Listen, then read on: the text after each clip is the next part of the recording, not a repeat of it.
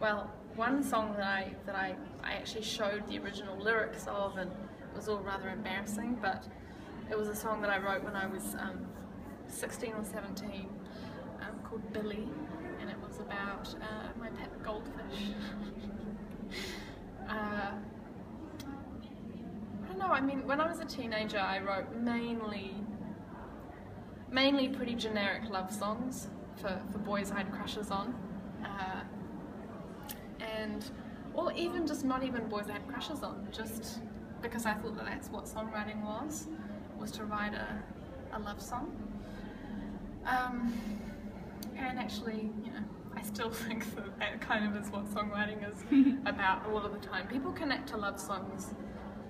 Love is a really important part of our lives, I think, and I mean, it gets cliche, it gets overworked for sure, but it's still a really vital part of what really matters to us at the end of the day, I think.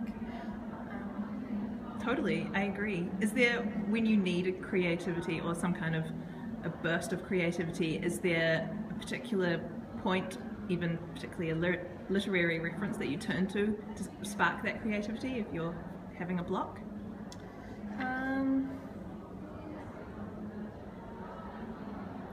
I mean, yeah, I had to think about this because this was one of the questions that Julie put to me.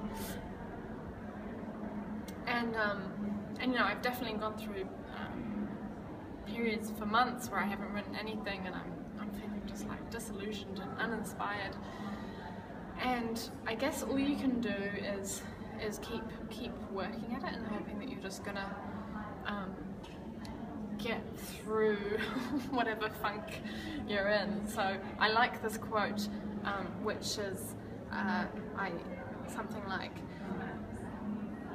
I start work at 9 AM and wait for my muse to greet me or whatever. If she's not there by 5 past, I start without her. And that's Tchaikovsky, so as a musician. And I think there's something to be said for that. Like, inspiration is a weird thing. You never know when you're going to get a good idea. It could be in the middle of the street, or just in the middle of a conversation with someone. Something they say makes you think, huh, hang on a minute, I've got to write that down. Yeah, you just never really know what's going to trigger an idea. But when you're not getting an idea, you still have to be thinking about it and open to them. You have to try and be in a state of mind that allows you to even have the idea in the first place. It's something I've struggled with, especially when we manage ourselves, we tour manage ourselves, we're driving the van, we're, you know, kind of doing it. When we're on tour, it's a full-on sort of logistical job, just being on tour, and so I found it pretty difficult to write when I was on tour last year with my band. But what about reading on tour? Is there something you turn to, or is there a particular type of book you like to read when you're touring and have lots of logistical stuff to sort out?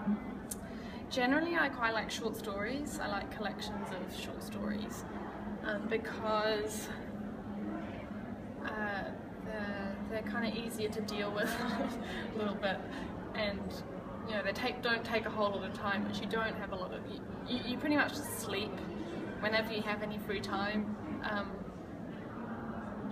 You kind of just, oh, thank God I can just try and catch up on my sleep. But actually, when we went to the US for the first time last year,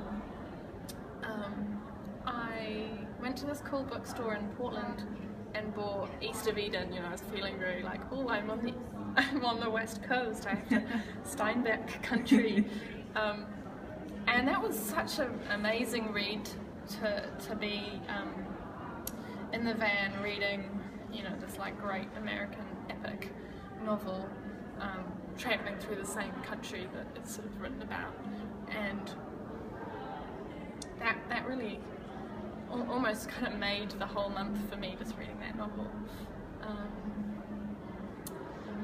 and then Cass read it after me, so I could pass around a little bit. But other ones, I generally pick up. You know, I try and go to bookshops when I'm in different towns, just to check out of what you're doing. You're putting on a show or whatever, but you just want to be a normal person on the street. And you go into a bookstore and you look at all the stuff, and I often come back from a tour with like all these books, and they're, you know, really heavy and unpractical in my luggage, but it's nice to have them on hand. Leaves of Grass was another one, Walt Whitman's Leaves of Grass.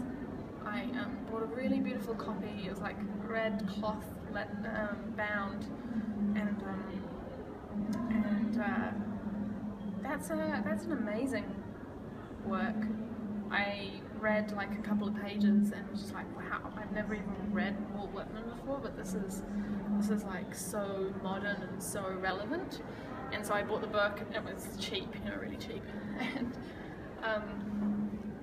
that was a good one to just delve into, because often you don't have the energy all the time, like I said, to dedicate yourself to a demanding read. You need something that's going to give you a lot without a lot of effort. So Steinbecker, I think, is a writer that does that. You know, he's instantly, the characters warm to you, you feel carried along by the writing. And Walt Whitman, kind of similar, like you can just dip in and out whenever you feel a little like jaded. I've been rambling. No, this has been super interesting. What are you reading now? Right now I'm reading a book. It's a short novella called Glory by Nabokov. And I read Lolita a couple of years ago, and just thought like, wow, this writing is next level, amazing. Probably one of the best books I've ever read. And since then I've read a couple of his other shorter novels. It was weird, I stayed at an Airbnb in January, and it turned out that the husband of the woman who I was staying with was a Nabokov expert, and the entire house was filled with books on Nabokov, and I was just like, this is kind of weird, because he's one of, you know, he's probably my favourite writer right now.